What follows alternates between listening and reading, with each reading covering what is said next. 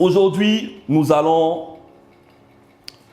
recevoir une parole, mais moi-même personnellement, mais je crois que cette parole nous est tous destinée en tant qu'enfants de Dieu.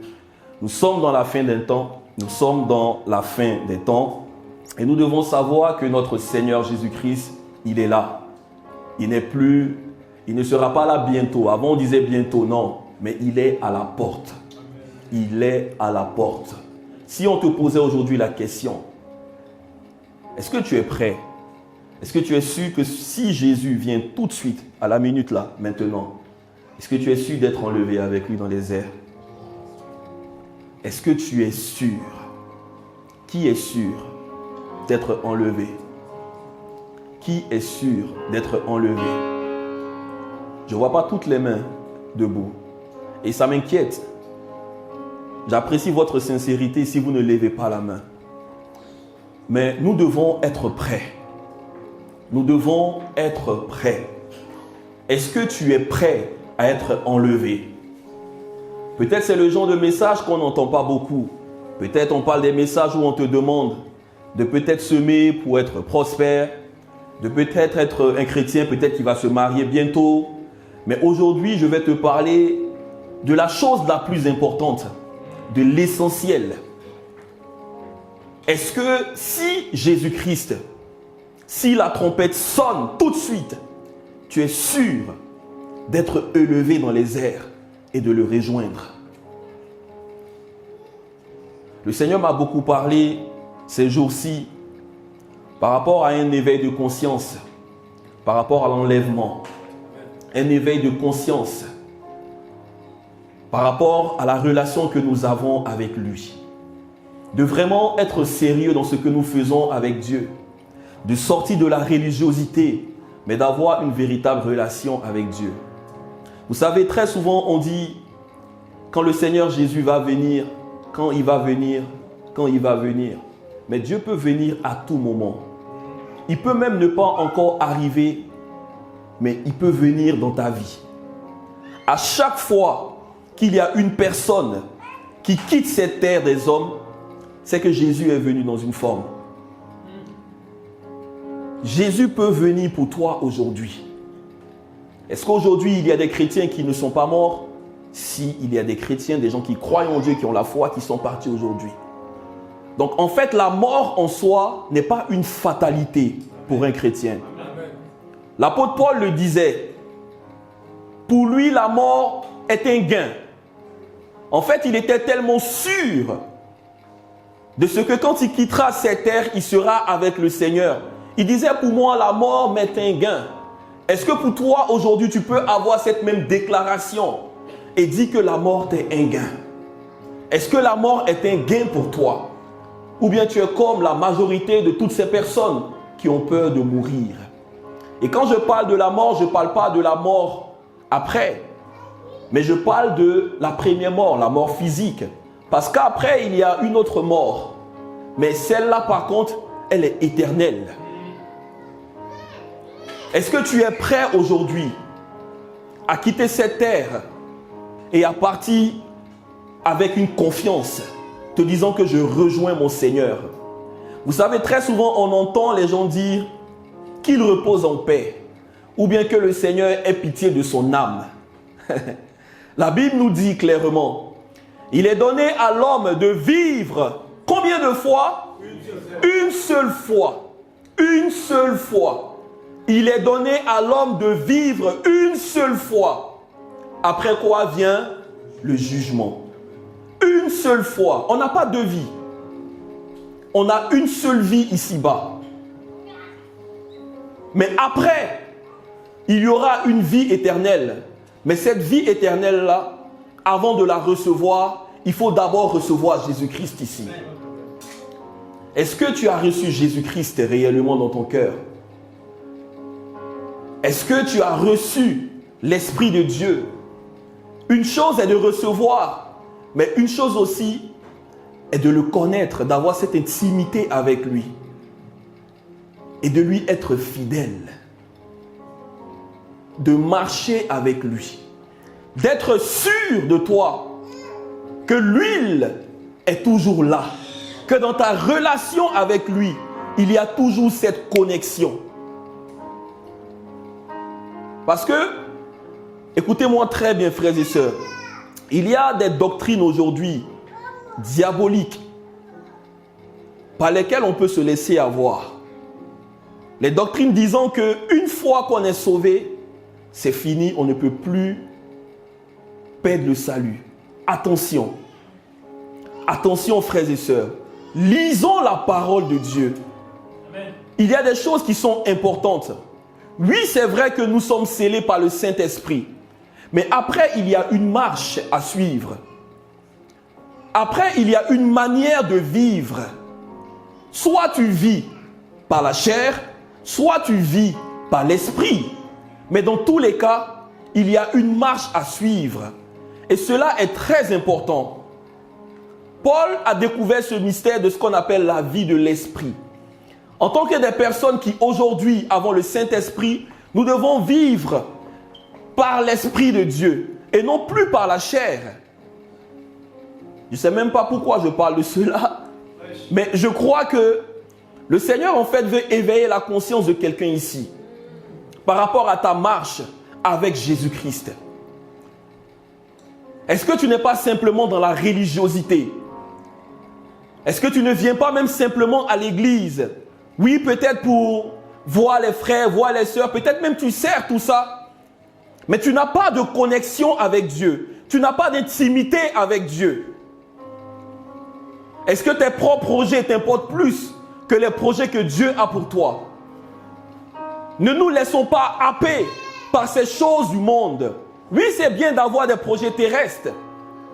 Et Dieu peut faire partie même de ces projets-là. Il peut nous insuffler des choses ici-bas. Mais tout doit venir de lui.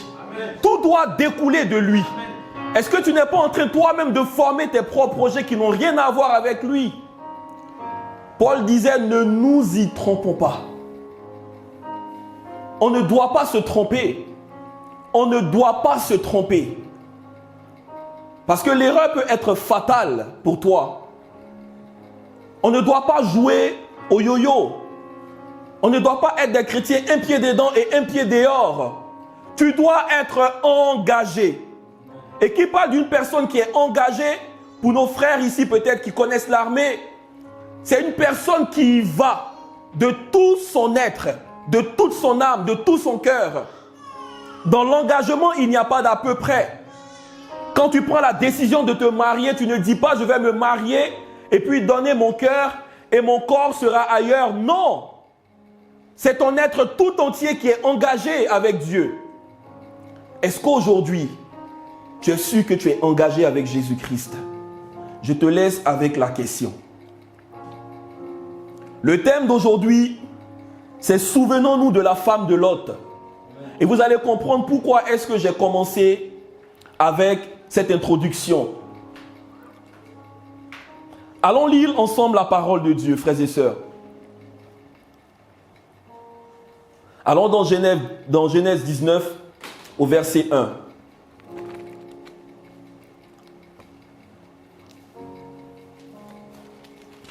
La projection, on va aller rapidement. C'est mon fils. Ange Richard, te mettre un coup de pression. Est-ce que vous y êtes, s'il vous plaît? Soyons attentifs et laissons le Saint-Esprit nous parler aujourd'hui. Amen. Les deux anges arrivèrent à Sodome vers le soir. Lot était assis à la porte de la ville. Quand Lot les vit, il se leva pour aller à leur rencontre et se prosterna le visage contre terre. Verset 2. Puis il dit, « Mais Seigneur, entrez donc chez votre serviteur pour y passer la nuit. Vous vous laverez les pieds, vous vous leverez de bon matin, puis vous poursuivrez votre route. » Non, répondirent-ils, nous passerons la nuit sur place. On enchaîne. Mais Lot insista tellement auprès d'eux, qu'il le suivit et vint chez lui. Il leur prépara un festin, fit cuire des pains sans levain et ils mangèrent. Pain sans levain, ça nous fait penser à notre Seigneur. Alléluia. Genèse 19, verset 4. Il n'était pas encore couché que les habitants de la ville les habitants de Sodome entouraient la maison depuis les enfants jusqu'aux plus âgés. Toute la population était accourue. Verset 5. Ils appelèrent Lot et lui dirent: où sont les hommes qui sont entrés chez toi cette nuit? Fais-les sortir vers nous pour que nous couchions avec eux. J'aime cette version-là. Pour que nous couchions avec eux. Dans d'autres versions, c'est marqué pour que nous les connaissions. Verset suivant. Lot sortit vers eux à l'entrée de la maison et ferma la porte derrière lui. On enchaîne. Il dit: mes frères, je vous en prie, ne faites pas le mal. J'ai ici 2 filles qui sont vierges. Je vous les emmènerai dehors et vous leur ferez ce qu'il vous plaira. Seulement, ne faites rien à ces hommes puisqu'ils sont venus s'abriter sous mon toit. Amen. On va s'arrêter là. On va continuer au fur et à mesure. Alléluia. Alors ici, pour planter le décor, on nous parle ici d'une personne qu'on appelle Lot. Frères et sœurs, nous devons savoir que la vie chrétienne est un voyage. Est-ce que tu es conscient que tu es de passage sur la terre? Amen. Tous les jours, en te levant, tu dois te dire: je suis en train de passer sur cette terre. Je suis un missionnaire sur la terre. Nous ne sommes pas éternels ici-bas. Et la parole de Dieu a été adressée à Jérémie. Le Seigneur a dit à Jérémie qu'il le connaissait depuis le sein de sa mère. Il le connaissait, il avait même consacré. Alléluia. Quand nous lisons dans la parole, il est dit que Dieu a pour nous des projets de paix et non de malheur. Donc si Dieu a des projets pour nous sur la terre, c'est que Dieu est celui-là même qui va nous donner en fait tout ce qu'il faut afin de pouvoir réaliser ses projets. N'est-ce pas? Paul disait dans l'épître aux Corinthiens que nous sommes des ambassadeurs. Et qui parle d'une personne qui est ambassadeur, dans la définition, c'est une personne qui est envoyée. Une personne qui est envoyée pour aller en mission et pour accomplir certaines choses. Et l'ambassadeur d'un pays ou d'un royaume, il n'est jamais envoyé sans instruction. On est bien d'accord. L'ambassadeur, quand il doit aller dans un pays, dans un État, il a un cahier de charges. Il a ce qu'on appelle des choses qui lui sont déjà données d'avance et il sait en arrivant dans ce pays-là ce qu'il doit faire déjà. Donc, nous devons toujours avoir dans notre conscience que nous sommes de passage sur la terre afin d'accomplir quelque chose. Hébreux 11, verset 13. Hébreux 11, verset 13. Nous allons avoir pour support certains versets. Rapidement, Richard. Hébreux 11, verset 13. C'est dans la foi qu'ils sont tous morts, sans avoir reçu les biens promis, mais ils les ont vus et salués de loin. Ils ont reconnu qu'ils étaient étrangers et quoi? Étrangers et voyageurs sur la terre. La Bible ici nous parle des hommes de foi. Hébreux 11, on l'appelle le panthéon de la foi. Tu peux voir qu'il y a beaucoup d'hommes qui sont cités. Abraham, Noé, plein d'hommes qui sont cités. Et on nous parle de la foi. Mais ici, la parole nous dit quoi? Ils sont tous morts sans avoir reçu les biens promis. Mais ils les ont vus et salués de loin. Quand on parle de tous les biens, on nous parle des promesses qui étaient en Christ. Que nous, aujourd'hui, nous avons aujourd'hui cette grâce-là de vivre pleinement. Les gens de l'Ancien Testament, ils l'ont vu de loin. La Bible nous dit que l'Ancien Testament était l'ombre des choses à venir. Eux, ils ont vu l'ombre, ils ont salué la promesse. Abraham l'a vu de loin. Mais la parole nous dit que nous avons aujourd'hui la plénitude par le Saint-Esprit qui vit en nous. Alléluia. Mais ces personnes étaient des voyageurs étrangers. Ils les ont vus et salués. Ils ont reconnu qu'ils étaient des étrangers et des voyageurs sur la terre. Un étranger, un voyageur, il ne reste pas dans un endroit permanemment. Tout à l'heure, on parlait de Lot. Souvenons-nous de la femme de Lot. Mais avant de parler de la femme, on va parler de Lot lui-même. Parce que la femme, on ne sait pas qui elle est. Mais on sait qui est Lot. Mais c'est Lot qui déterminera aussi qui est sa femme. Alléluia. Donc les femmes, soyez tranquilles. Parce que quand j'ai dit la femme de Lot tout à l'heure, il y a des femmes qui ont levé les têtes pour dire, ah, aujourd'hui encore, le pasteur, il va agresser les femmes. Oui, vous serez agressés. Après Lot, bien sûr. Amen. Nous sommes des étrangers et des voyageurs. Un voyageur, quand il va dans un endroit, il ne va pas avec des choses lourdes. Il va avec des choses légères. Il va avec une valise. Est-ce que tu as déjà vu quelqu'un qui veut peut-être aller dans l'avion, prendre tout ce qu'il a sur la terre et puis monter dans l'avion? Dites-moi. Moi, je n'ai jamais vu. Sinon, je vous assure que moi, j'allais prendre la Côte d'Ivoire et puis l'emmener en France.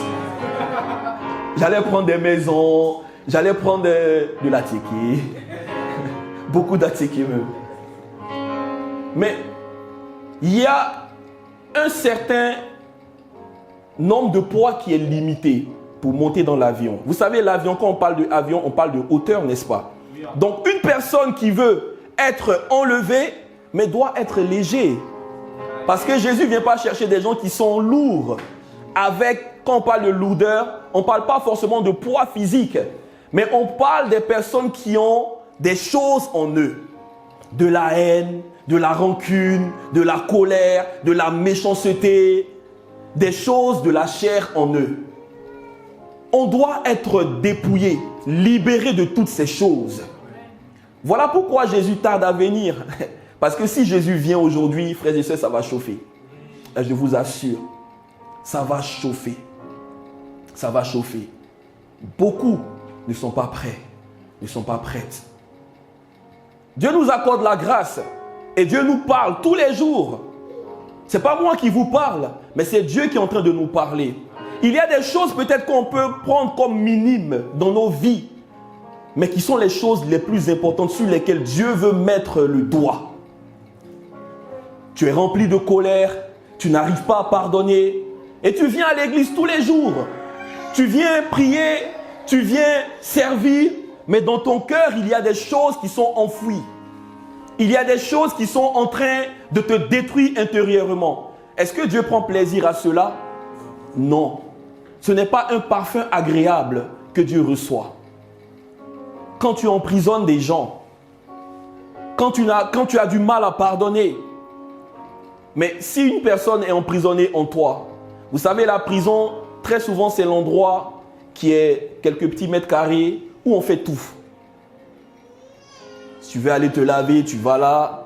Tu veux aller aux toilettes, tu vas là. Tout ce que tu veux faire, tu le fais juste là. Et la prison n'est pas un endroit agréable. Et comment toi, un enfant de Dieu, toi, le temple du Saint-Esprit, tu peux te laisser être une prison ici-bas? Mais c'est parce que tu veux toi-même être chargé. Sinon, en Christ, nous sommes libres. Et quand je me lève tous les jours, ma prière, c'est Seigneur, fais de sorte qu'aujourd'hui je sois léger. Que je puisse être avec toi en train de planer. En train d'être en communion avec toi. En train de marcher avec toi. Je veux délaisser toutes ces choses qui peuvent peser en moi et marcher avec toi. Reconnaître que nous sommes des voyageurs. 1 Pierre 2, verset 11. 1 Pierre 2, verset 11. Bien-aimés, je vous encourage en tant que résident temporaire. En tant que résident temporaire, dans cette version c'est mis. Et étranger sur la terre, à vous abstenir des désirs de votre nature propre qui font la guerre à quoi? À l'âme. Les désirs qui font la guerre à l'âme. Des voyageurs temporaires. La Bible dit, là où est ton cœur, là aussi sera ton trésor. Est-ce que ton trésor, il est sur les choses de la terre? Ou bien il est dans les cieux? Affectionnez-vous aux choses d'en haut. Paul disait aux Colossiens, affectionnez-vous aux choses d'en haut. Tout ce qui est naturel est d'abord spirituel. Rien de ce qui a été créé n'a d'abord été spirituel.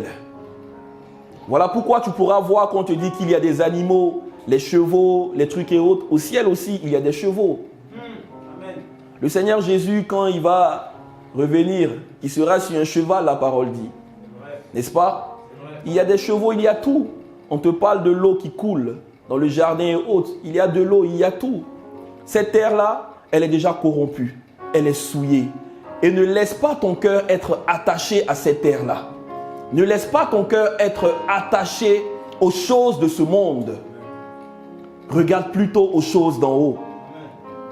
Jean 17 au verset 16. Le Seigneur Jésus faisait une prière qu'on appelle la prière sacerdotale. Et il disait, ils ne sont pas du monde, comme moi je ne suis pas du monde. Ils ne sont pas du monde, parlant de ceux qu'il a rachetés. Donc en tant que des rachetés de Dieu, on n'est plus du monde. On est physiquement, géographiquement dans le monde. Mais l'esprit, il est dans le royaume. Alléluia. Nous ne sommes pas des citoyens de cette terre. Nous sommes citoyens du royaume de Dieu. 2 Corinthiens 5, verset 20, tout à l'heure je l'ai dit, nous faisons fonction d'ambassadeurs. La première chose est de savoir que nous sommes des voyageurs. Alléluia. On va maintenant parler de Lot lui-même maintenant. Qui était Lot? J'ai dit tout à l'heure, on doit se souvenir de la femme de Lot. C'est ce que le Seigneur Jésus-Christ a dit dans l'évangile de Luc au verset 17. Souvenez-vous de la femme de Lot. Si Jésus lui-même nous demande de nous souvenir d'une personne, c'est qu'il y a un très grand enseignement à tirer là-dedans. Il n'a pas dit de se souvenir de Pierre, de Jacques, de Paul, non, mais il dit de nous souvenir de la femme de Lot. Souvenez-vous de la femme de Lot. Mais on ne donne pas le nom de la femme. On nous parle d'abord de Lot lui-même. Qui était Lot? Lot était le fils d'un homme qu'on appelait Haran. Et Haran, c'était le frère de Abraham. Donc Lot était le neveu d'Abraham. Alléluia. Et la parole de Dieu nous dit que dans Genèse 11, on peut trouver ça là, Genèse 11, Genèse 12, Genèse 13, et ainsi de suite, que Lot était sorti avec Abraham. Abraham vient d'un endroit qu'on appelle Ur en Chaldée. D'accord? Abraham n'est pas hébreu comme ça là, non. Abraham vient de quelque part. Dans Josué 24, vous pouvez voir ça là-bas, où on dit que Abraham était adorateur d'idoles. Donc Abraham était un homme qui ne connaissait pas Dieu. Mais Dieu l'a choisi, la grâce de Dieu l'a localisé comme on dit. Et par la foi, il a commencé à faire le chemin. Mais je crois que Dieu aussi avait appelé le père d'Abraham, qu'on appelle Térak. Mais ils ont marché jusqu'à un certain endroit et le père Térak était fatigué. Et son fils a pris la relève, il a continué la course avec Dieu par la foi. Et quand Abraham décide de faire le chemin, il prend sa femme, il prend aussi son neveu. Déjà, son neveu s'est collé à lui. Mais après, la parole dit quoi? Que Abraham a pris son neveu Lot. Donc Lot était avec son oncle Abraham. Et comme ça, ils font chemin ensemble. Lot veut dire quoi? Lot veut dire le voile, la couverture. Vous savez, on a très souvent parlé du voile, Lot le voile, ôter le voile, tout ça. Mais on a souvent oublié que le voile peut être aussi important. On va voir ça tout à l'heure. Quand on parle de Lot tout de suite, certaines personnes parlent de Abraham, disant que Lot était comme celui-là même qui barrait en fait la destinée d'Abraham. Oui, c'est vrai, il y avait des choses. Mais pourquoi Dieu a voulu que Lot soit appelé Lot, c'est-à-dire le voile, la couverture? On verra ça tout à l'heure quand on va arriver au point de sa femme. Lisons ensemble Genèse 12, verset 5. Genèse 12, verset 5.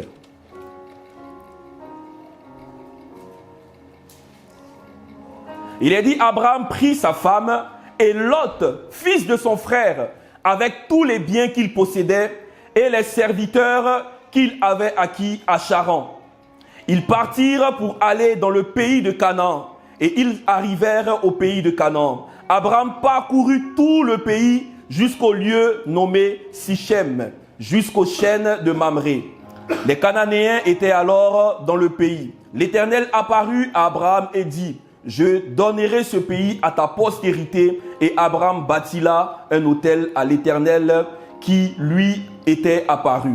Il se transporta de là vers la montagne à l'orient de Béthel. Et il dressa ses tentes, ayant Béthel à l'occident et Aï à l'orient.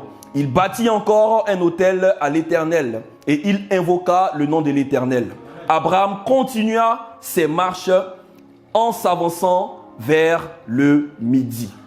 Et pour suivre, la parole dit quoi au verset 10 ? Il eut une famine dans le pays et Abraham descendit en Égypte pour y séjourner, car la famine était grande dans le pays. Comme il était prêt d'entrer en Égypte, il dit à Sarai, sa femme, voici, je sais que tu es une femme, etc., etc. Pour raccourcir, vous pourrez le lire après. Amen. Alors ici, pour faire simple, la Bible nous parle ici du début de la foi de Abraham avec son neveu Lot. Donc Abraham a été appelé par Dieu, mais tout de suite, il y a eu une secousse, entre guillemets, dans sa marche. Abraham est appelé le père de la foi. Mais avant d'être le père, il a d'abord été un enfant. Et ici, dans la décision que Abraham prend de descendre en Égypte avec sa famille, avec Lot, avec tout ce qu'il avait, Abraham a fait une erreur. Parce que qui parle d'Égypte, spirituellement parlant, parle de l'ennemi, parle du diable. Ce n'était pas la bonne décision à prendre. Malgré qu'il y avait la famine, Dieu était en train de tester Abraham. Et plus tard, on peut voir quand on lit dans Genèse qu'il y a eu aussi une famine, mais Isaac, qui était le fils d'Abraham, a tiré une leçon de l'erreur que son père avait faite. Amen. Donc voilà comment en fait l'histoire commence avec Abraham et Lot. Alors, je disais tout à l'heure que Lot veut dire le voile. Et le voile cachait certainement la plénitude de l'appel que Dieu avait pour Abraham. Quand nous lisons, pour avancer dans Genèse 13, il y a quelque chose qui se passe entre Abraham et son neveu. Quand ils sont remontés d'Égypte, la parole de Dieu nous dit quoi? Que Abraham a reçu beaucoup de richesses encore. Et son neveu Lot aussi avait beaucoup de richesses. Au point où il y avait maintenant des problèmes dans la bergerie. Il y avait les personnes qui s'occupaient de leurs différents troupeaux qui ont commencé à se battre. Et quelque chose va se passer. Lot va prendre une décision. Il va prendre la décision de faire quoi? De quitter son oncle Abraham et de faire chemin seul. Est-ce que c'était la bonne décision pour Lot de quitter son oncle? Celui-là même qu'il avait pris par la main afin de le conduire. Est-ce que c'était la bonne décision? Est-ce que par moment, on ne prend pas des décisions hâtives, croyant peut-être que nous sommes maintenant peut-être trop mûrs dans la foi, peut-être après avoir reçu une ou deux révélations, on a fait un songe par-ci, par-là, et là maintenant on s'est dit, ah ben ouais, c'est bon, je peux maintenant commencer mon œuvre. Le Seigneur m'a appelé, et puis allez, c'est bon, je commence à prendre un micro, je suis dans la rue, et je commence à dire oui, on va faire l'église, tout ça. Est-ce que tu es assez préparé? Est-ce que tu as assez été enseigné? Est-ce que tu as assez été dans les choses de Dieu, dans les profondeurs, afin de recevoir des choses et de les libérer? Est-ce que tu crois que c'est le temps de libérer ou bien c'est le temps de recevoir encore des choses? Dans tous les cas, avec Dieu, on ne finit jamais d'apprendre. Nous devons être des éternels étudiants, des éternels apprentis avec Dieu. Celui qui dit qu'il est trop debout, qu'il ne prenne garde à ne pas tomber. Quand tu crois que tu es trop élevé, la parole nous le dit dans Ésaïe 14, parlons du diable. Tu étais un astre brillant et tu voulais faire quoi? T'élever. Une personne qui veut se lever, il sera mis à terre, c'est sûr. Est-ce que tu ne veux pas te lever? Et Lot va prendre une décision. Et son oncle, par sagesse, qui avait retenu, parce que quand ils sont allés en Égypte, ils ont vécu une expérience. Parce que le pharaon voulait même prendre la femme de Abraham comme sa femme. Abraham aussi, il était encore jeune dans la foi, entre guillemets, et il disait des mensonges. Il disait à sa femme, ben, si on arrive, lui dit, tu es ma sœur, voilà, parce que je ne veux pas me faire avoir, tout ça. Et voilà comment en fait Dieu va le délivrer. Dieu a délivré sa femme dans cette erreur qu'il avait faite. Dieu a lui-même, de manière souveraine, il a vraiment été là et il a délivré Sarai de la main de Pharaon. Mais pour poursuivre, qu'est-ce qui se passe quand Abraham remonte? Dans l'histoire, on verra plus tard que Abraham est remonté, mais il y avait aussi quelque chose qui est resté avec lui. Un colis empoisonné. Un colis empoisonné qui est Agar, qui a donné plus tard un enfant qu'on appelle Ismaël. On doit faire attention. On doit faire attention. Quand il y a des tests, quand il y a des épreuves, ne pas prendre des décisions par la chair, frères et sœurs. Ne pas prendre des décisions hâtives, non. Reste dans la présence de Dieu. Il y a des épreuves qui nous arrivent pour qu'on puisse grandir dans la foi. Il y a des épreuves qui nous arrivent pour qu'on puisse entrer dans la prière. C'est des moments, trop souvent on croit que c'est le diable qui fait toutes choses. Non. Nous serons testés, la parole le dit. Dieu veut voir où tu es prêt à aller avec lui. L'amour que tu déclares tous les jours à l'église, oui, je t'aime Jésus. Mais quand il y a la moindre secousse, qu'est-ce que tu fais? Est-ce que tu ne cherches pas des solutions mondaines? Est-ce que tu ne vas pas voir des personnes pour pouvoir peut-être faire des choses qui n'ont rien à voir avec ce que Dieu veut? Et c'est l'erreur que Abraham avait fait. Mais il avait tiré une leçon. Et quand ils sont montés, parce que là il avait la famine, il partait chercher à manger, mais il avait compris en remontant d'Égypte que ce n'était pas les choses naturelles qui comptaient pour Dieu. Déjà, si Dieu l'a appelé, c'est que Dieu peut être un pourvoyeur. Et Dieu l'a démontré plus tard, Genèse 22, où quand il a dit à Abraham, va avec ton fils à la montagne, après Dieu lui a dit, je suis maintenant Jéhovah Jireh. Il s'est révélé à lui comme le pourvoyeur. Donc les choses matérielles ne sont pas un problème. Abraham a tiré une belle leçon de cela. Mais son neveu Lot, ça se voit que quand ils sont descendus en Égypte, Lot a été contaminé. Le péché contamine l'âme. Voilà pourquoi aujourd'hui encore, il y a comme une guerre encore en toi. Il y a encore comme une guerre. Tu es encore attiré par les choses du monde. Tu es encore attiré à sortir des propos qui n'ont rien à voir avec ce que Dieu veut. Tu es encore attiré à retourner dans cette relation là où Dieu ne te veut plus. Tu es encore attiré à aller voir ces personnes que Dieu ne veut pas que tu vois. Tu ne prends même pas le temps de demander à Dieu si c'est sa volonté que tu ailles dans un endroit, peut-être pour passer quelques jours, peut-être pour faire certaines choses, mais tu agis par la chair tout de suite. Est-ce que c'est là où Dieu te veut? Est-ce que c'est là où Dieu te veut? Et quand ils sont remontés, Lot, il va prendre la décision en voyant la plaine, la parole dit. On va le lire ensemble. Genèse 13, verset 10.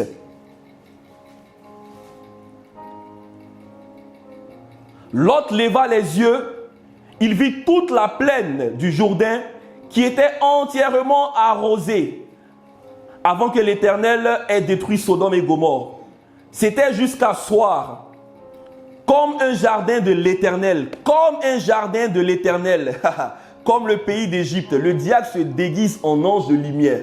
En ange de lumière, la parole dit, le diable se déguise en ange de lumière. Et ça a été vraiment une très grosse erreur que Lot a commise ici. Lot choisit, pourquoi? Pour lui toute la plaine du Jourdain et il s'avança vers l'Orient. C'est ainsi qu'ils se séparaient l'un de l'autre. Abraham habita dans le pays de Canaan. Lot habita dans les villes de la plaine et dressa ses tentes jusqu'à Sodome. La plaine ici, c'est quoi? Hier, dans ma méditation, je suis encore allé chercher et je regarde la plaine. Quand tu regardes le mot plaine, ça peut paraître comme un endroit verdoyant, un endroit qui est bien. Mais quand tu regardes, ça veut dire quoi?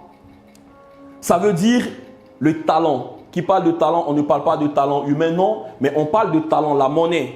Dans la parole de Dieu, tu pourras voir, on te dit 5 talents, 20 talents. Ça parle du talent d'or. ou bien d'argent. Donc c'était quelque chose qui était là pour attirer. Quelque chose qui était là pour emmener une personne, mais pour après le happer. Et c'est ce qui s'est passé avec Lot. Lot, quand il voyait tout de suite cette plaine-là qui était verdoyante, qui était bien, il a été tout de suite attiré.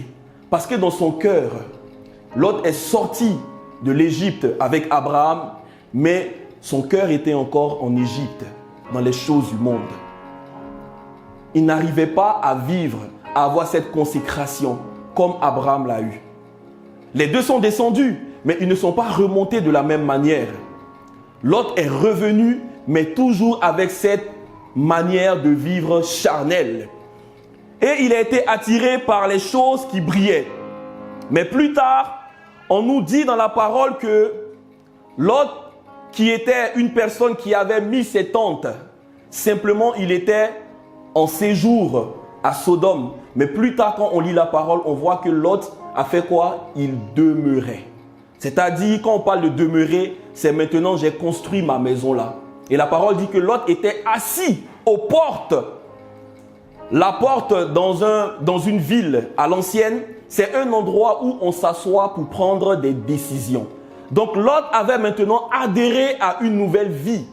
Cette vie où il y avait le péché, parce que la parole dit quoi? Que Sodome, on le trouve dans le verset 13, Genèse 13, 13. Les gens de Sodome étaient méchants et de grands pécheurs contre l'Éternel. Comment toi, un enfant de Dieu, tu peux aller maintenant t'asseoir avec les gens du monde et même te tenir dans des réunions en prenant des décisions? C'est qu'il y a quelque chose qui s'est passé. Lot prenait des décisions à Sodome. Lot était devenu comme une personne par laquelle on devait passer maintenant pour prendre des décisions. Ça prouve déjà que son cœur avait été corrompu. Ça prouve que Lot, dans sa marche, avait commencé à faire des choses qui ne glorifiaient pas Dieu. Abraham, par contre, lui, il avait toujours cette vision céleste. Il devenait de plus en plus âgé.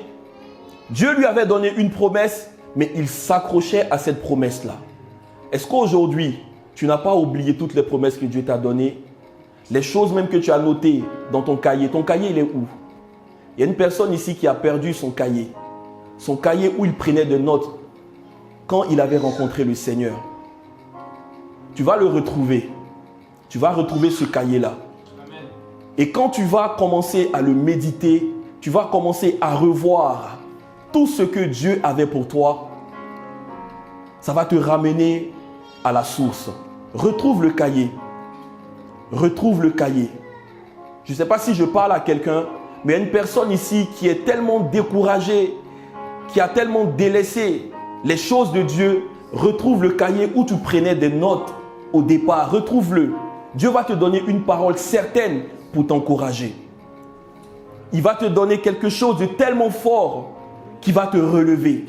Parce qu'en ce moment, je vois comme si en fait, il y a comme quelque chose il y a comme quelque chose qui est sec en toi. Ou même tu essaies peut-être d'emmener de l'eau, mais ça ne suffit pas en fait. Et Dieu veut, à travers ce que tu avais noté au début, des choses même que tu as oubliées, il va en fait réveiller ton esprit comme il a fait pour Jacob. La parole dit que Jacob, quand il était tellement découragé après la mort de Joseph, qu'il vivait, mais il était là comme ça. Mais quand on lui a annoncé que son fils Joseph était vivant, la Bible dit quoi? Son esprit s'est éveillé. Dieu veut éveiller ton esprit. Retrouve ce cahier. Retrouve ce cahier. Lot a pris une décision. Lot qui avait dressé ses tentes dans Genèse 13 au verset 12 est allé maintenant pourquoi? Pour demeurer à Sodome. Et il se passe quelque chose maintenant. Il y a eu une guerre entre des rois. Cette guerre n'avait rien à voir avec Abraham. Abraham n'avait rien à voir avec la guerre. Et Lot non plus. Mais le roi de Sodome était impliqué. Et qu'est-ce qui se passe? Lot est pris captif. Il est pris en otage. Lot qui marchait dans sa bonne course, qui plus tard a dévié, se retrouve maintenant captif dans le monde. Il n'a rien demandé, Mais nous devons savoir que quand nous prenons des mauvaises décisions, on peut être captif de l'ennemi. Les choix de nos vies peuvent nous rendre captifs, peuvent rendre nos familles captives, peuvent rendre nos enfants captifs. À cause de toi, tu peux emmener toute une destinée de toute une famille à être captive. De la même manière aujourd'hui, Dieu te dit que par la décision que tu peux prendre, tu peux aussi délier la destinée de toute une famille. Parce que quand Lot a été pris, il a été pris avec sa femme, avec ses enfants, avec tous ses biens.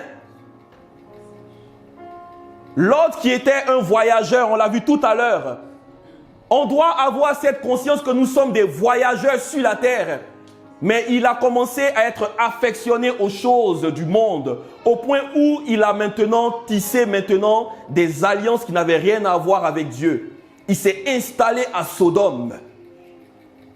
Et une personne qui est installée, ça veut dire même que déjà quoi? Il avait peut-être même plus de troupeaux. Probablement. Parce que s'il avait des troupeaux, ben, il serait toujours en train de se promener pour chercher. Mais là, il était maintenant assis. Donc tu ne peux pas être un berger et puis être assis. Dieu t'a donné un ministère. Dieu t'a confié des personnes, mais tu restes assis. Dans ton égoïsme, tu restes assis. Et quand je parle de berger, quand je parle de ministre de Dieu, ce n'est pas simplement être à la chair, non, ça n'a rien à voir. Mais dans ta famille, tes frères, tes sœurs, regarde le salut aujourd'hui. Où ils en sont? Qu'est-ce que tu fais pour le salut de ces personnes-là? Est-ce que tu sais que tu es responsable de ces personnes-là? Parce que Jésus s'est révélé à toi. Et c'est un privilège. Si Dieu s'est révélé à toi dans cette famille, c'est un privilège. Ne dis pas que je suis trop petit comme Jérémie l'a dit. Non. Même si tu es petit en âge, mais en esprit tu es grand. Est-ce que tu sais la valeur que tu as pour Dieu? Est-ce que tu sais ce que tu représentes pour Dieu? C'est un privilège, frères et sœurs, d'être choisi dans une famille. C'est une grâce ineffable. Dieu veut travailler avec toi. Il veut t'ouvrir son cœur. Il veut faire des choses avec toi. Mais tu as la tête abaissée. Tu n'es que dans tes propres projets, oubliant l'essentiel.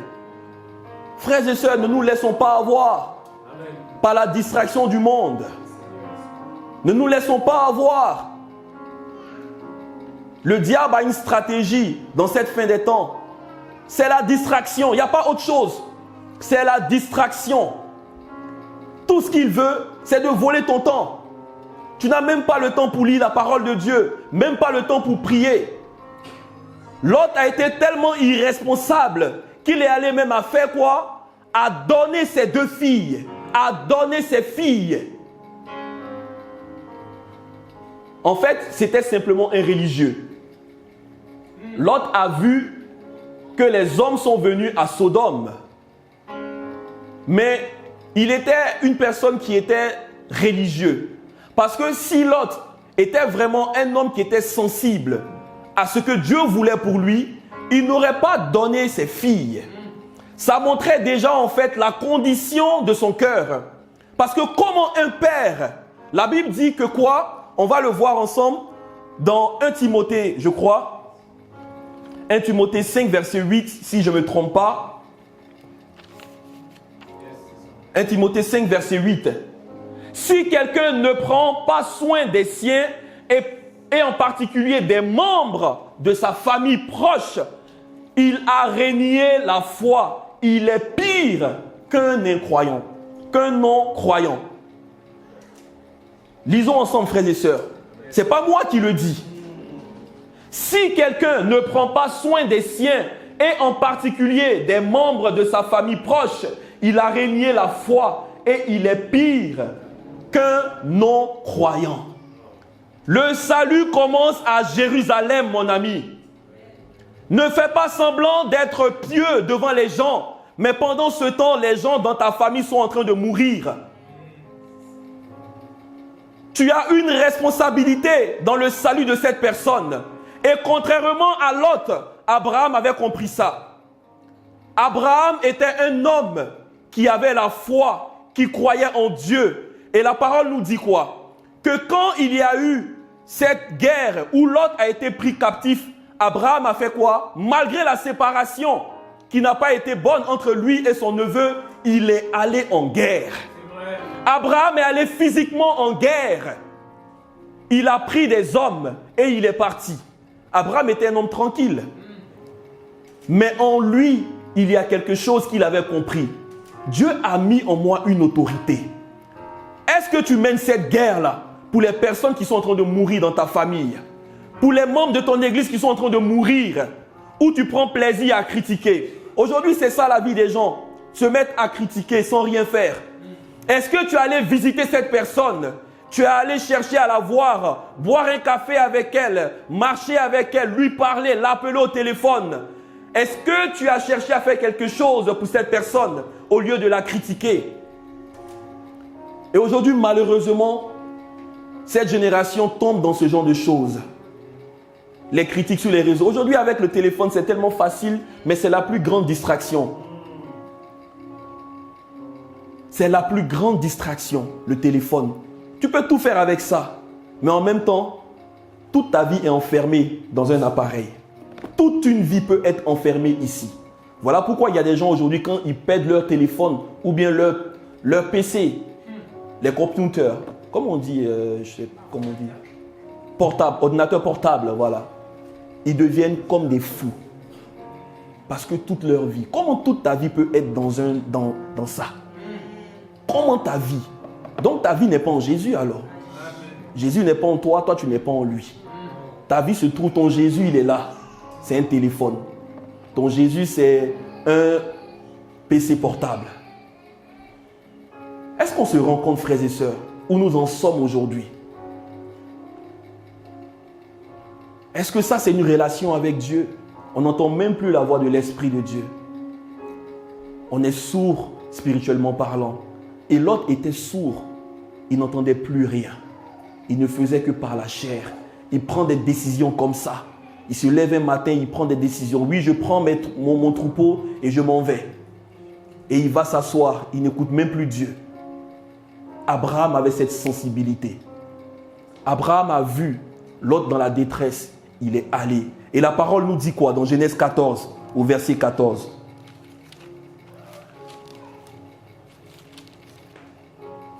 Pour les frères et sœurs qui s'intéressent beaucoup à tout ce qui est des trucs numériques, on sait que le chiffre 14, c'est le chiffre de la délivrance. Et Abraham est allé pour délivrer. La Bible est tellement parfaite, frères et sœurs. Elle est tellement parfaite. Genèse 14, verset 14. Et c'est des choses que quand tu lis la parole, ça te passionne. Alléluia. Genèse 14, verset 14. On va remonter un peu. Il est dit au verset 12. Ils enlevèrent, Genèse 14, verset 12. Ils enlevèrent aussi avec ses biens Lot, fils du frère d'Abraham, qui demeurait à Sodome, et ils s'en allèrent. Un fuyard vint l'annoncer à Abraham, l'hébreu. Celui-ci habita, et c'est la première fois qu'on parlait de hébreu. C'est là maintenant que l'hébreu entre maintenant en vigueur. Qui parle d'hébreu parle de l'étranger. Celui qui n'a rien à voir avec les choses du monde. Celui-ci habitait parmi les chaînes de Mamré, l'Amoréen, frère d'Échol et frère d'Aner, qui avait fait alliance avec Abraham. Dès qu'Abraham eut appris que son frère avait été fait prisonnier, il arma 318, là encore il y a quelque chose, 318 de ses plus braves serviteurs nés dans sa maison, et il poursuivit les rois jusqu'à Dan, divisa sa troupe pour les attaquer de nuit. Lui et ses serviteurs, il les battit, les poursuivit jusqu'à Shoba, qui est à la gauche de Damas. Il ramena toutes les richesses. Il ramena aussi qui? Lot, son frère.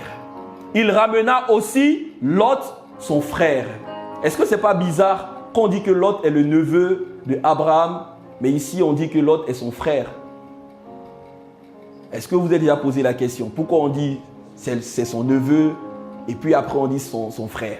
Est-ce qu'un frère peut être un neveu? Tout dépend du regard que tu as de la personne. Comment est-ce que tu vois cette personne? Est-ce que tu le vois comme ton mari? Est-ce que tu la vois comme ta femme? Même si vous avez eu des différends, tu vas peut-être rester. Ah ben oui, elle c'est toujours pareil, ou bien lui c'est toujours pareil. Est-ce que tu vois cet enfant comme lui c'est mon fils, ah ben lui toujours il fait pareil? Est-ce que tu le vois comme ton frère? Est-ce que tu le vois comme ton frère? Qui parle de frère en Christ d'abord. Tu dois le voir comme ton frère. Tu dois la voir comme ta sœur. Il y a des moments où je vois ma femme comme ma sœur. Les gens ils vont dire, ah ben pasteur, il est en train de dire des choses bizarres. Oui, je la vois comme ma sœur dans certains moments. Ça peut nous arriver qu'on se prenne la tête. C'est normal. Le pasteur n'est pas parfait. Pasteur Carole aussi n'est pas parfaite.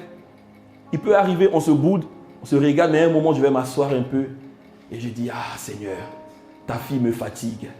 Bon, c'est ma soeur en Christ. Avant d'être ma femme, parce que c'est la fille de Dieu d'abord avant d'être ma femme. Quand tu sais ses priorités, mon ami, ben, tu vas toujours avoir en fait une manière de voir différemment. Comment tu vois la personne? Si Abraham voulait voir Lot comme son neveu, il dit, ah ben lui c'est un impoli. Il a pris ces trucs, il croit qu'il est trop arrivé quoi. Moi Abraham, je suis le tonton qui est encore là. Le tonton ouin. Dieu me parle. Toi, tu vas voir. Tu seras maudit. Les tontons pasteurs qui maudissent les gens. Est-ce que c'est ce que Dieu veut? Jamais. Où est l'amour? En fait, les gens n'ont plus d'amour. Hein. La Bible dit que Dieu a tant aimé, tant aimé, tant aimé. Tout ce qu'on fait, ça doit être par amour. On a de la puissance, de l'autorité, oui, c'est vrai. Mais attention, on n'est pas juge. Amen. Attention, la vengeance ne vient pas d'un homme, elle vient de Dieu. Si quelqu'un t'a fait quoi que ce soit, demande à Dieu, Seigneur, s'il te plaît, donne-moi un regard différent. Oui, peut-être je l'ai vu de cette manière, mais donne-moi de la voir comme toi tu veux que je vois, s'il te plaît. Je veux voir avec ton regard cette personne. Parce que par moments, ce n'est pas facile. Une personne pour qui on a de l'estime et on voit qu'elle fait des choses bizarres, il dit, mais attends, qu'est-ce qui se passe avec elle? Qu'est-ce qui s'est passé? Et très souvent, c'est dans le mariage que ça arrive. Il dit, mais attends, je ne l'ai pas connue comme ça. Pourquoi est-ce qu'aujourd'hui, c'est comme ça? C'est quoi l'épisode que j'ai raté? Mais c'est normal, parce que Dieu veut travailler notre cœur. Et la famille est la meilleure plateforme pour que notre cœur soit travaillé. Le cœur de Jésus a été travaillé chez lui. Quand Jésus est arrivé chez lui, les gens l'ont regardé autrement. Ils disaient, mais ce n'est pas le fils de Joseph, le charpentier. Jésus, notre Seigneur, on l'appelle charpentier. Si c'était toi, qu'est-ce que tu allais dire? Hey, moi, je suis plus ça, hein. Toi et moi, c'est plus pareil. Hein. On m'a imposé les mains. J'ai reçu l'impactation du pasteur. Donc, toi et moi, c'est fini. Non. On doit toujours être des personnes qui servent.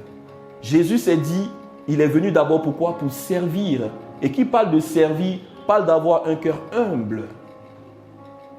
Celui qui veut montrer l'exemple, c'est déjà en faisant, en reflétant d'abord que tu vas contaminer les autres. Alléluia. Et ici, nous voyons, pour continuer, que Lot avait été irresponsable. Lot a proposé ses 2 filles.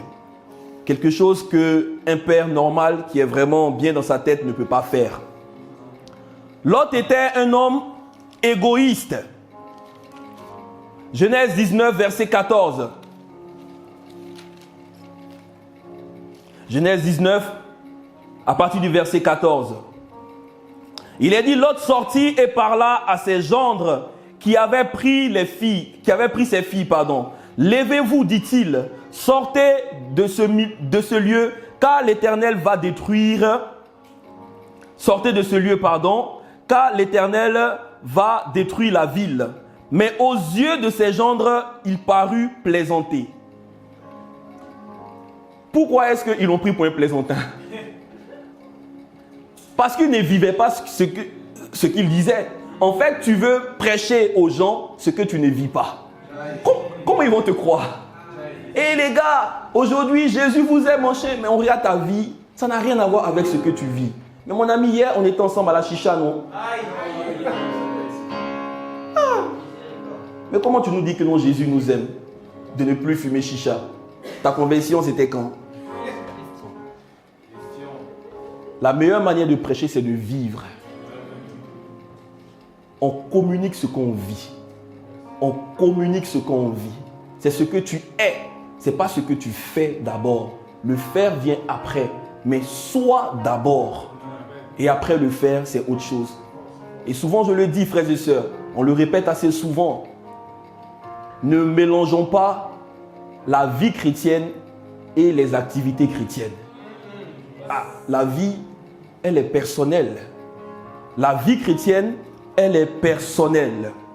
Regardons ensemble quelque chose. Dès l'aube du jour, verset 15,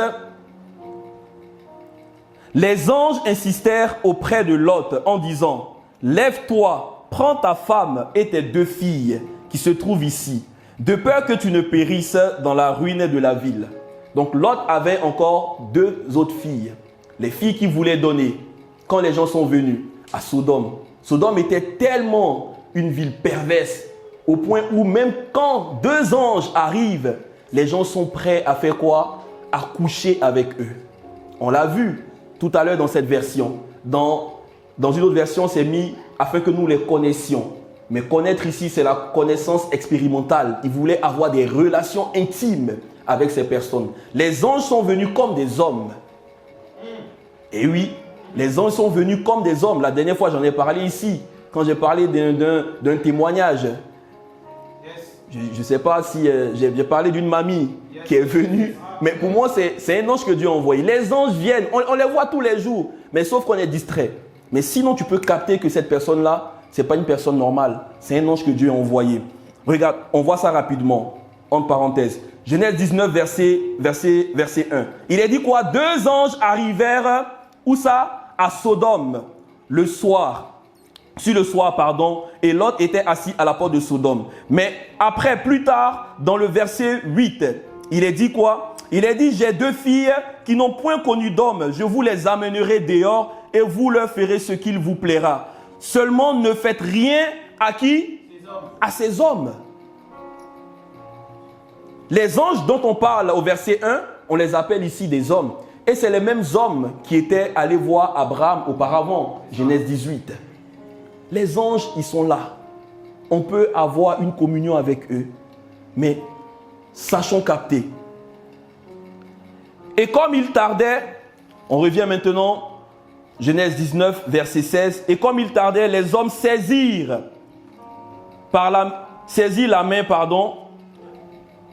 main, lui, sa femme et ses 2 filles. Car l'Éternel voulait l'épargner. Ils l'emmenèrent et ils le laissèrent hors de la ville. Ils ont emmené Lot hors de la ville. Dieu a vraiment touché le cœur d'Abraham.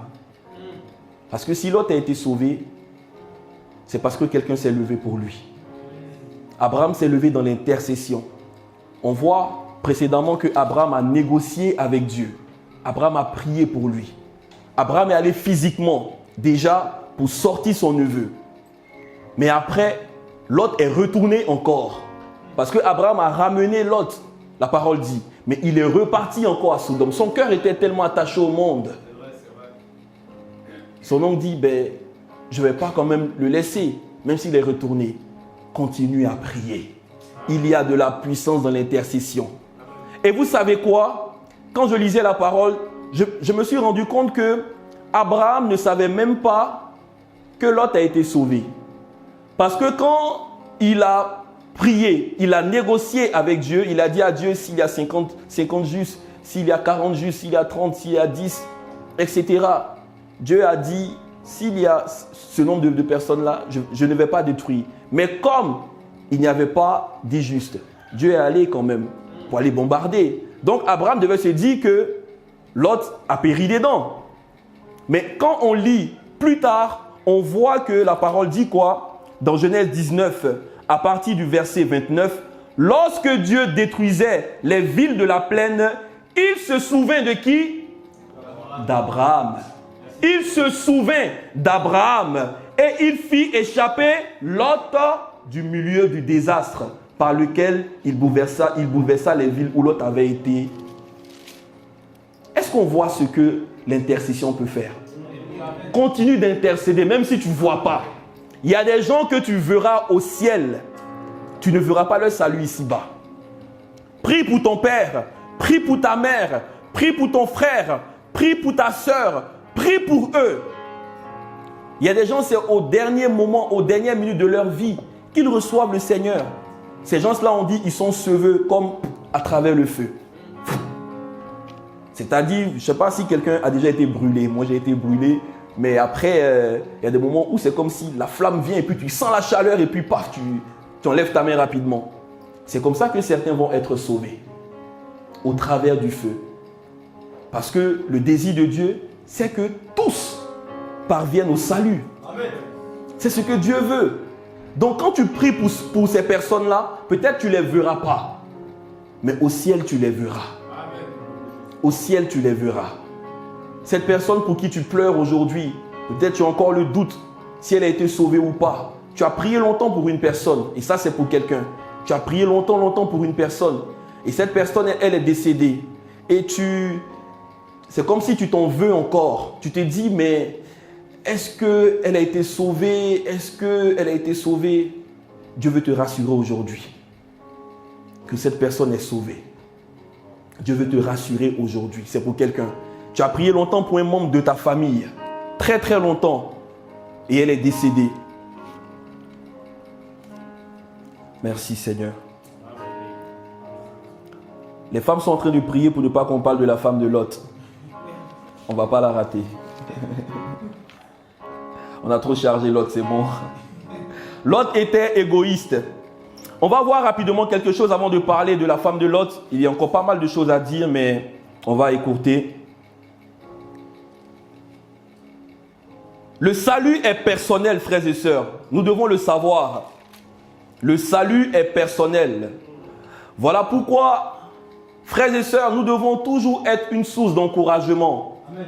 Pour nos frères, pour nos sœurs, pour nos époux, pour nos épouses. Nous devons être une source d'encouragement. Tu es marié avec une personne. C'est sur la terre, frères et sœurs. Au ciel, il n'y a pas de mariage. Au ciel, on aura un seul époux. Il s'appelle Jésus. Il s'appelle Jésus. Femme, tu es mariée à ton homme. Joue ton rôle. Parce que tu as aussi une responsabilité. Mari, tu es marié à ta femme. Joue ton rôle. Parce que tu as aussi ta responsabilité. Vous savez, chez moi, c'est des choses que je rappelle toujours. Il m'arrive souvent de mettre certaines chansons, mais qui parlent beaucoup de l'enlèvement, pour me rappeler de cela tout le temps. Pour me rappeler de cela. Ça doit être le but. Ne pas faire des choses qui n'ont rien à voir et puis demain te retrouver. Même Paul disait, l'apôtre Paul, il disait que lui, on va le voir tout à l'heure dans l'épître aux Philippiens. Philippiens 3, verset 13, je crois. On va le voir tout à l'heure. Il travaillait tous les jours, il travaillait durement, il traitait durement son corps, de peur de ne pas au dernier moment lui-même se voir en fait disqualifié. Est-ce qu'on se rend compte en fait? Paul, l'apôtre Paul qui a écrit plus d'un tiers de tout ce qu'on lit dans le Nouveau Testament, qui avait cette crainte-là de rater le salut. Alors quand tu dis que je suis sauvé une fois, sauvé toujours, et puis je vis comme je veux, attention, fais très attention. Relis encore ta Bible. Amen. Relis encore ta Bible. Relis encore ta Bible. La foi sans les œuvres, elle est morte. On doit voir les fruits d'une repentance. Ça doit se voir. Quand les gens regardent ta vie, c'est quoi l'inspiration? Est-ce qu'à travers toi, quelqu'un peut dire oui, lui, il a vraiment rencontré Jésus. Vous savez, souvent, ce n'est pas le fait de dire aux gens, oui, Jésus t'aime, mon cher, non. J'ai emmené des gens à Christ sans leur dire Jésus t'aime. Ils sont venus me voir. Ils m'ont regardé, ils ont vu mon changement. Je ne dis pas que je suis parfait, que tout a changé, non. Mais ils ont vu quelque chose de très, très, très important dans ma vie qui a changé. Des amis avec qui je marchais, avec qui je volais, avec qui je sortais, avec qui je faisais des affaires bizarres, qui me regardent, mais mon gars, tu as changé. Effectivement, tu sais que quand tu es touché par la grâce de Dieu, il y a une onction qui découle. Et l'onction attire toujours les gens. Et la personne va t'appeler, il va dire, mon frère, sincèrement dit, je veux que tu pries pour moi. Qui je suis moi pour prier pour lui? Si ce n'est pas la grâce de Dieu, si ce n'est pas que l'onction de Dieu a été déversée sur ma vie et ça rejaillit, et Dieu veut contaminer avec ce parfum d'autres personnes. On doit être un parfum de bonne odeur, mais ça doit se passer par le brisement. Ça doit se passer par la mort en soi, à nous-mêmes, à l'intérieur de nous. Quand tu meurs à toi, la Bible dit que la femme qui avait le parfum d'albâtre, quand le parfum a été brisé, ça a pris toute la maison. Là où il y a la bonne odeur, les gens viennent. Mais si ta vie, on ne voit pas quelque chose, on ne sent pas quelque chose, ta vie est fade, qui va s'approcher de toi? Tu seras un chrétien religieux. Parce qu'il n'y a pas d'onction. Il n'y a rien qui découle de ta vie. Genèse 19, verset 17. On va aller rapidement. Genèse 19, verset 17. Après les avoir fait sortir, l'un d'eux dit, sauve-toi pour ta vie, ne regarde pas derrière et ne t'arrête pas dans toute la plaine. Sauve-toi vers la montagne de peur que tu ne périsses. C'est un passage qui est très important que vous devez noter. Sauve-toi. Après quoi? Après les avoir fait sortir. Donc les anges ont fait sortir tout le monde. Et quand j'étais en train de méditer, je regarde, puis je me dis, ouais, c'est vrai qu'on peut tous sortir en fait du monde par l'œuvre de la croix. Les anges représentent en fait l'œuvre de la croix qui viennent pour nous faire tous sortir. Mais après dans la marche, il y a notre responsabilité et elle est personnelle. Tout de suite, on dit, après les avoir fait sortir, ils sortent en groupe. On peut être sauvé là. Souvent, on peut être dans des réunions où on dit, qui veut recevoir le Seigneur? Et chacun vient, on reçoit le Seigneur, n'est-ce pas? Après, on se dit, tout le monde est sauvé. Mais est-ce que réellement, ça va suivre dans la marche? Chacun va vraiment marcher comme il se doit? C'est ça la question. Mais il dit après, sauve-toi, pourquoi? Pour ta vie. Sauve-toi pour ta vie, ma sœur. Sauve-toi pour ta vie, mon frère. Sauve-toi pour ta vie. Il n'a pas dit sauvez-vous pour votre vie. On n'a pas de vie en commun. Même si on est marié, on n'a pas de vie en commun. Ça peut choquer ce que je dis. On n'a pas de vie en commun. Et c'est une vérité. On ne sera pas jugés ensemble, ma chérie. Tu aimerais bien? Je vais te traîner jusqu'aux portes du salut. Seigneur, la voilà. C'est bon, j'ai fait ce que j'ai à faire. Peu importe la manière. Alléluia. Une manière de parler. Mais c'est très important de savoir que nous avons notre responsabilité. Sauve-toi. Donc là, maintenant, les anges parlaient à chacun d'entre eux pour leur dire que, oui, c'est vrai, vous êtes sortis ensemble, mais chacun doit jouer son rôle. Lot n'a pas joué son rôle en tant qu'homme. Lot, il y avait vraiment un mal très très profond. En fait, tout ce qu'il a donné, en fait, c'était des choses négatives. Et voilà pourquoi on n'a même pas entendu parler de sa femme.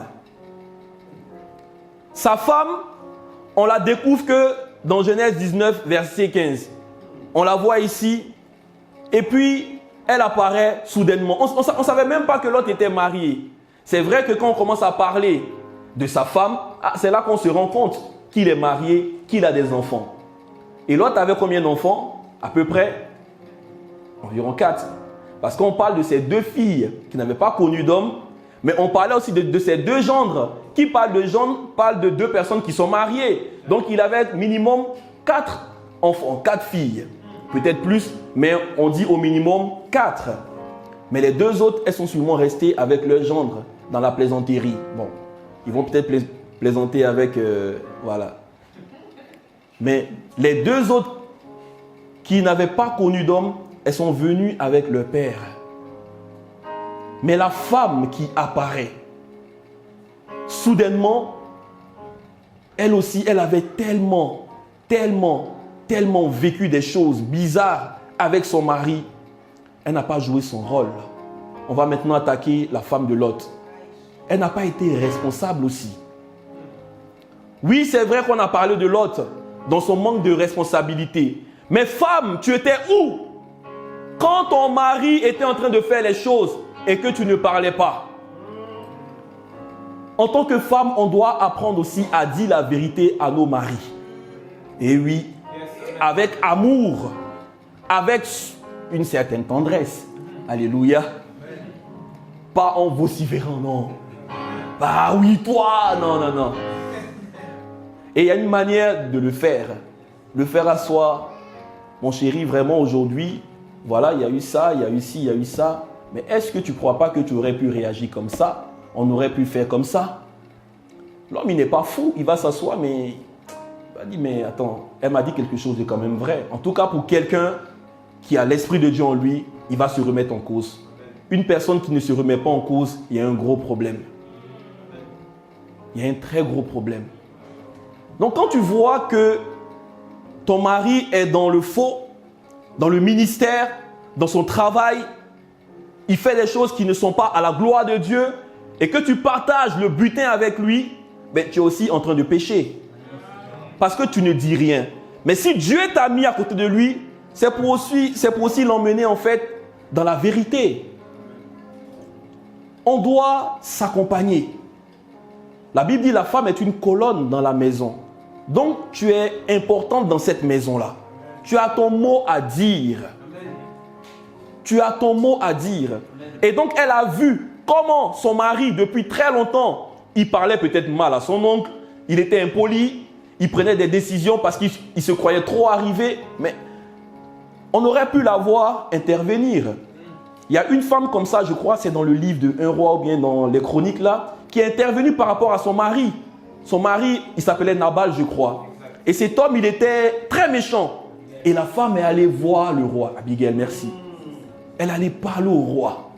Le roi, cet homme-là, s'il te plaît, pardonne-lui. C'est comme ça il est. Elle a intercédé pour lui, malgré la méchanceté. Qu'est-ce que tu fais, femme? Est-ce que tout de suite tu dis pas, ben lui c'est comme ça il est, c'est bon.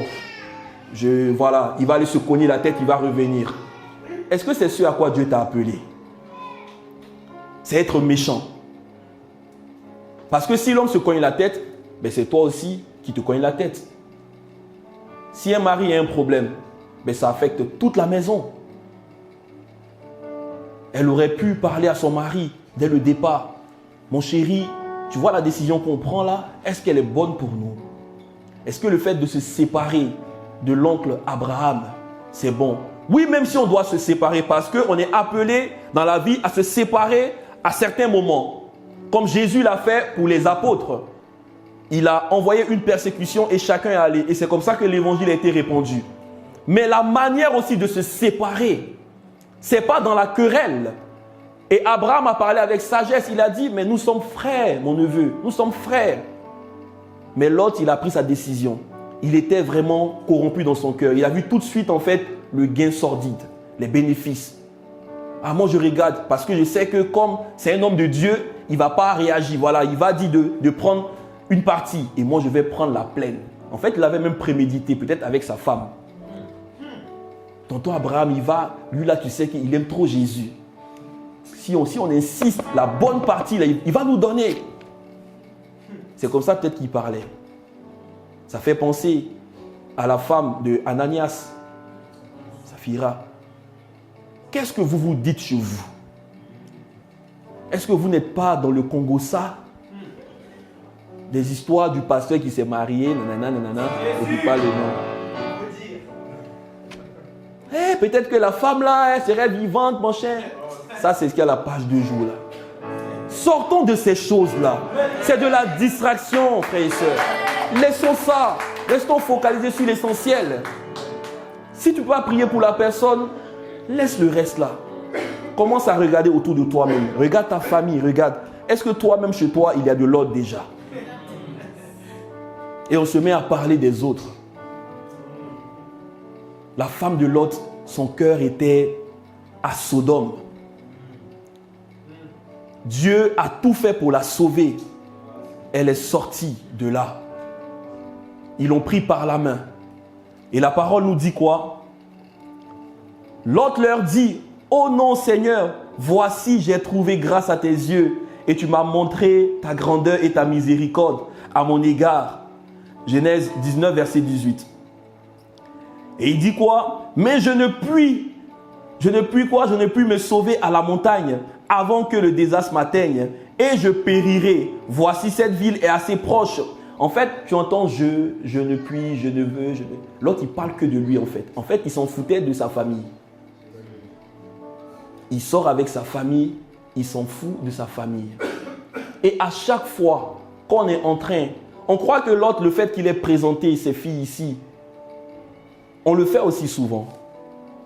À chaque fois que tu manques de prier pour tes enfants, tu es en train de dire au diable, voici mes enfants. Sodome prend, c'est pour toi. À chaque fois que tu dois leur donner une éducation et que tu n'es pas là, tu es en train de dire au monde, allez, prenez mes enfants. Parce que tu n'es plus responsable. Tu laisses en fait la charge aux autres. Et moi, j'ai décidé, dans le nom de Jésus-Christ, de ne plus être une personne qui soit irresponsable dans ma vie. Dans le monde, j'ai été irresponsable. Mais aujourd'hui, en Christ, comment tu peux laisser ta progéniture être livrée à elle-même? On ne s'occupe plus. Et c'est ce qui crée aujourd'hui tout ce que nous vivons malheureusement. Regardons aujourd'hui, quand il y a des choses qui se passent, les manifestations, les problèmes et autres sociaux, regardons la majorité des jeunes. Ils ont quel âge? Entre 12 ans et 18 ans. Même pas encore majeurs. Mais c'est eux qui sont vraiment en train de faire des choses vraiment plus graves. Est-ce qu'en tant qu'Église, on n'a pas démissionné? Est-ce qu'en tant qu'enfant de Dieu dans nos familles, on n'a pas démissionné? Est-ce qu'en tant que parents, on n'a pas démissionné? Et même quand je parle de parents en devenir. C'est maintenant que tu dois commencer à semer, à prier pour tes enfants. Le monde est méchant, frères et sœurs. Le monde est méchant. Le roi de Sodome, il est encore là. Et aujourd'hui, la perversité est en train d'aller crescendo. Dans les écoles, même dans les écoles primaires, on apprend quoi à nos enfants? Et toi, parent chrétien, tu dors, matin tu te lèves, tu ne prends même pas la peine de déclarer des paroles sur tes enfants, de les bénir, de les couvrir par le sang de Jésus. Tu les laisses partir comme ça, livrés à eux-mêmes. Aucun temps de prière, aucun temps de méditation. Tu la prends, la petite, tu l'envoies chez la nounou, tu l'envoies à la crèche. Est-ce que tu sais ce que fait la femme de la crèche? Est-ce que tu sais où elle dort la nuit? Est-ce que tu sais ce qu'elle veut? Ne jouons pas, frères et sœurs.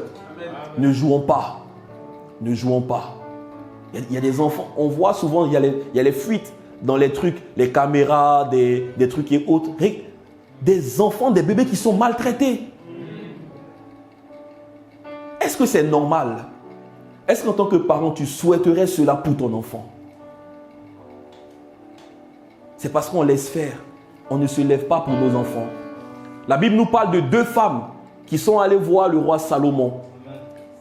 Il y a une qui dit, ah ben non, c'est mon bébé. L'autre a volé mon bébé. Elles étaient enceintes les deux. Et un bébé n'est plus là. L'autre, ça se voit qu'elle a tellement dormi sur son ventre qu'elle a tué son bébé. Et après, elle veut voler le bébé de l'autre. Quand on dort on ne se lève pas la nuit, on ne prie pas, on ne gêne pas, on ne va pas à la montagne. Dieu a dit ici, il a dit, va vers la montagne. Vers la montagne. La montagne, c'est la hauteur. La montagne, c'est regarder à Jésus-Christ. La montagne, c'est la prière. La montagne, c'est le jeûne. Mais il était tellement dans le confort de son péché. Ah ben non, Seigneur, tu m'as fait toujours dans la religion. Oh oui, Dieu, tu es un bon Dieu. Pardonne-moi pour le péché que je vais faire encore. C'est la même prière qu'il faisait, lui. Parce que soit c'est un lieu de petitesse. En fait, il était tellement limité, des pensées de limitation. Moi, je ne peux pas aller. Mais Dieu te dit, va. Et tu dis non, c'est de l'orgueil. Dieu te donne une consigne, va vers la montagne. S'il t'a dit d'aller, c'est qu'il sera avec toi. Mais il dit non, Seigneur, moi je vais aller vers la petite montagne. Et il est allé encore là-bas. Et la parole dit quoi? La femme de Lot a fait quoi? Elle regarda en arrière. Genèse 19, verset 26. La femme de Lot regarda en arrière et elle devint une statue de sel. Est-ce que la femme de Lot n'est pas sortie de Sodome?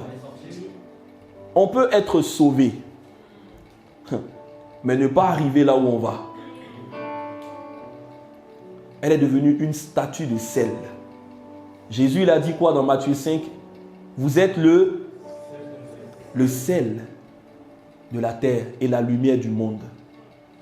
Mais quand tu deviens le sel, comme la mer morte, il n'y a plus de vie en toi. Elle est sortie, hein?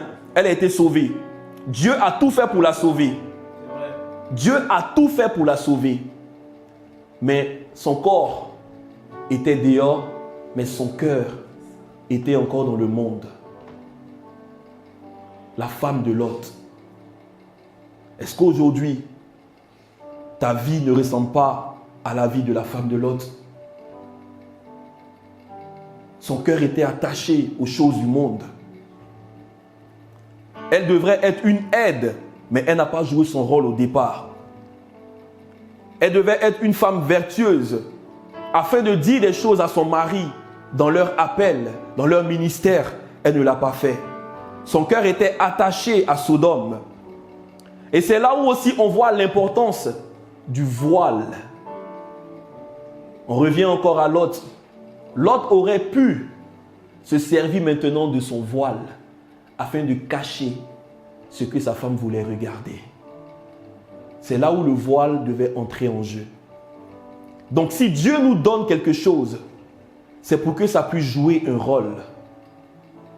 Le voile que Lot avait, oui, c'est vrai qu'on l'appelle le voile. Peut-être qu'il était un voile pour son oncle Abraham dans un certain temps. Mais après, par la repentance, le voile devait jouer un rôle. Le voile, c'est la couverture. Le voile, c'est la responsabilité dans nos foyers. Femme, tu as un voile. Mari, tu as un voile. Mais ça ne doit pas être un voile qui va cacher la gloire de Dieu, non. Mais un voile qui va cacher le péché, qui va détourner le péché.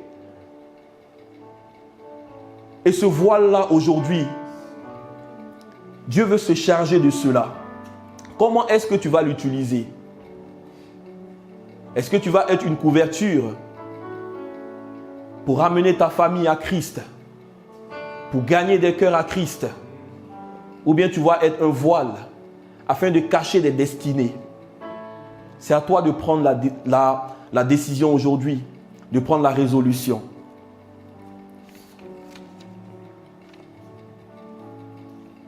Il me reste combien de temps? Non? Ou bien c'est... Il n'y avait pas le temps? Il n'est pas chronométré? Non? Ok. Nous allons terminer avec un passage dans Philippiens 3, à partir du verset 12, rapidement. Philippiens 3, verset 12. Ce n'est pas que j'ai déjà remporté le prix ou que j'ai déjà atteint la perfection, mais je cours pourquoi? Pour tâcher de m'en emparer, puisque de moi aussi, Jésus-Christ s'est emparé. Verset 13. Frères et sœurs, je n'estime pas m'en être moi-même déjà emparé. Mais je fais une chose, oubliant ce qui est derrière et me portant vers ce qui est devant. Frères et sœurs, je n'estime pas m'en être moi-même, et ça je le dis pour moi-même, m'en être emparé. Je fais une chose, oubliant ce qui est derrière et me portant vers ce qui est devant. 1 Corinthiens 9, verset 24. Des passages que vous pouvez noter et méditer là-dessus. 1 Corinthiens 9, verset 24. 1 Corinthiens 9, verset 24. Ne savez-vous pas que les concurrents dans le stade, là Paul ici prend l'exemple des personnes qui sont en train de courir dans le stade. Ne savez-vous pas que les concurrents dans le stade courent tous, mais qu'un seul remporte le prix? Qu'un seul remporte le prix, ça nous parle encore du salut qui est personnel. Qu'un seul remporte le prix. Courez de manière à le remporter. Comment est ta course aujourd'hui avec Christ? Courez de manière, il y a une manière de courir. Verset suivant. Tous les athlètes s'imposent toutes sortes de privations. Privations. Même les athlètes. Paul a pris un exemple ici parfait. Les gens qui vont aller courir, ceux qui ont couru pendant les JO, quand on voit Usain Bolt, il a couru 9 secondes, mais ça prend des années.